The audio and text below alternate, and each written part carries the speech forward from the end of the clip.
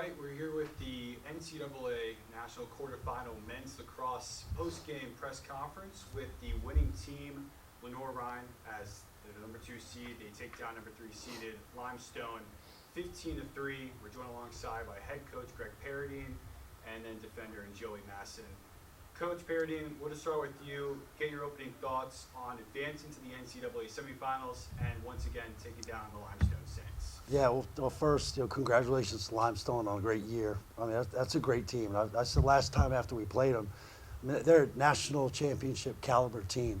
And we knew it was going to be that type of game, back and forth, runs back and forth. And, I'm just so proud of our guys, how they responded down, I think, 12-8.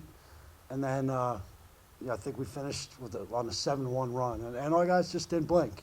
Just no credit to these guys and the love for each other and how they play.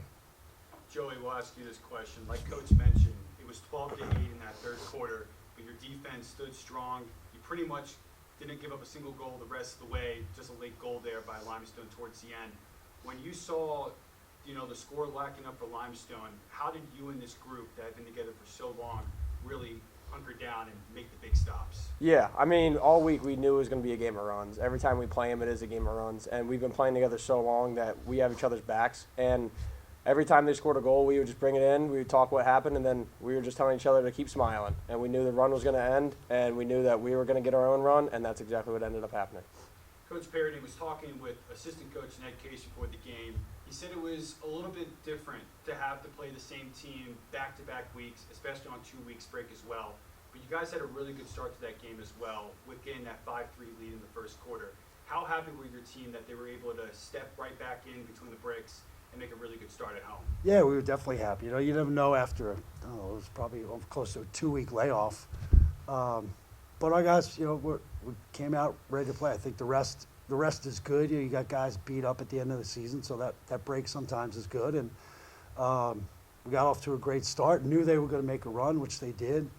And, it was just good to see so many different guys contributing. I mean, obviously Matt was tremendous facing off. Rob was always solid in the goal. But then, Donnie Powell had 4 goals. Will Canada stepped up with 3. It was just really good to see so many different guys contribute. And I think what is also a cool stat they're looking at is the ground balls. And Joey, for this team, very consistent throughout. 10 in that first quarter was your best, and then 7+ the rest of the way as well. What is it about this defense that you also want to just talk about how great they have been throughout this time? And Coach Paradine said today to Jamie Dickinson, who was on the call, he said that defense wins championships. How great is that to hear, your coach say that and rely such heavily on this group? I mean, it's great. Obviously, our whole team is great, and the defense, like I just said, we've all been playing together since our freshman year, and Rob's a great goalie. The defensive middies, the LSMs, from top to bottom, the defense has just been here, and we've been through every situation that there is.